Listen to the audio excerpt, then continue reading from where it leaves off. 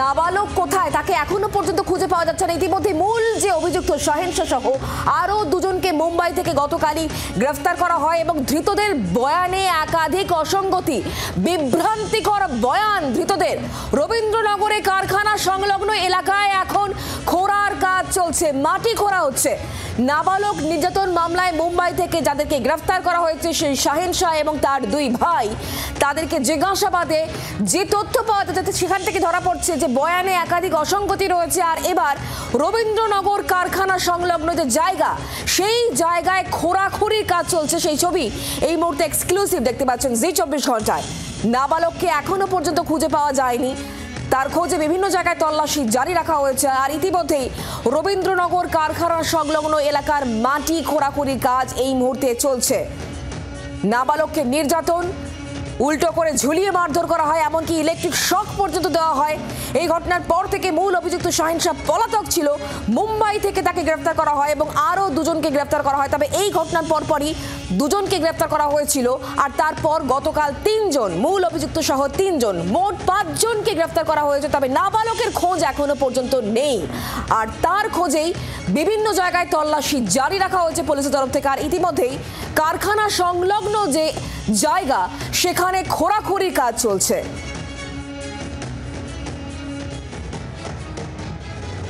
মূল অভিযুক্ত সহ 3 জন ধরা পড়লেও এখনো পর্যন্ত নিখোঁজ নাবালক। কোথায় সেই নাবালক, তার খোঁজে ইতিমধ্যেই আমরা দেখতে পাচ্ছি আজ রবীন্দ্রনগর থানার পুলিশ কারখানার ভেতরে যে ফাঁকা জমি রয়েছে, সেই ফাঁকা জমির ভেতরে এসে আইসির নেতৃত্বে এখানে টিম, তারা এই যে ঘাসগুলো রয়েছে সেখানে কোন রকমভাবে কিছু লোকানো রয়েছে কিনা সেই খোঁজ পাওয়ার জন্য তারা এখানে তল্লাশি চালাচ্ছে।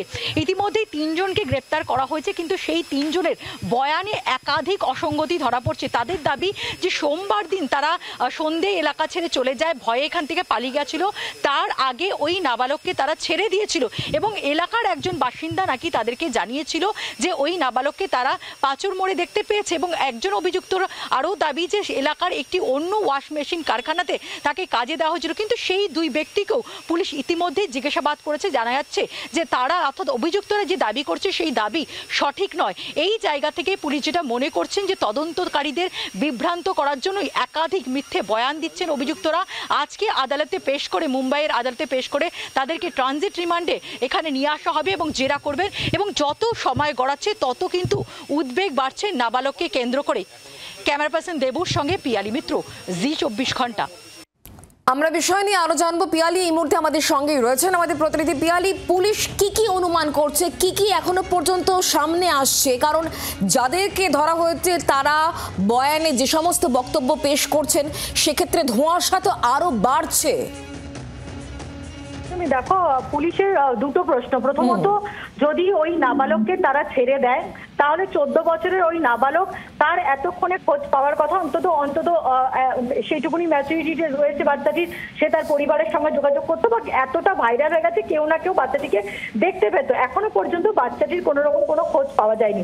দ্বিতীয়, এই যে অভিযুক্তরা দাবি করছে যে বাচ্চাটিকে তারা ছেড়ে দিয়েছিল, একজন এলাকার ব্যক্তি সে তাকে জানিয়েছিল সোমবার দিন পাঁচুর মোড়ে দেখায় দেখেছে।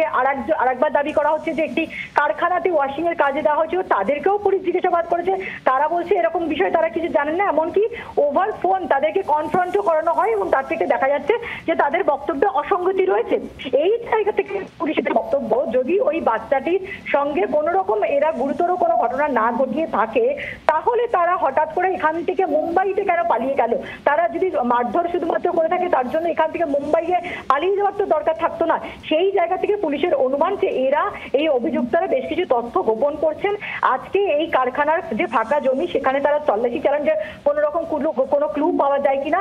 এখনো পর্যন্ত সেরকম কোনো ক্লু পাওয়া যায়নি। সমস্ত সিসিটিভি তারা বিশ্লেষণ করে দেখছেন এবং সিসিটিভি তো কোনো জায়গায় এখনো পর্যন্ত বাচ্চাটিকে কিন্তু দেখা যায়নি যেখানে ছেলেটিকে একা যেতে দেখা যাচ্ছে বা এরকম কিছু। সেই জায়গা থেকেই এই অভিযুক্তরা তদন্ত বিভ্রান্ত করার জন্যই এই ধরনের মিথ্যে বয়ান দিচ্ছে বলে তারা মনে করছেন। আজকে তাদের মুম্বাইয়ের যে এলাকা রয়েছে, সেই এলাকার রেলের যে কোর্ট রয়েছে সেখানে তাদেরকে প্রডিউস করবে। তারপরে তাদেরকে রাত্রিবেলা কোর্টে নিয়ে, রাত্রিবেলা ট্রেনে করে কলকাতায় নিয়ে এসে জিজ্ঞাসাবাদ চালানো হবে। ধন্যবাদ পিয়ালি। বাংলার আওয়াজ, বাঙালির আবেগ, জি 24 ঘন্টা।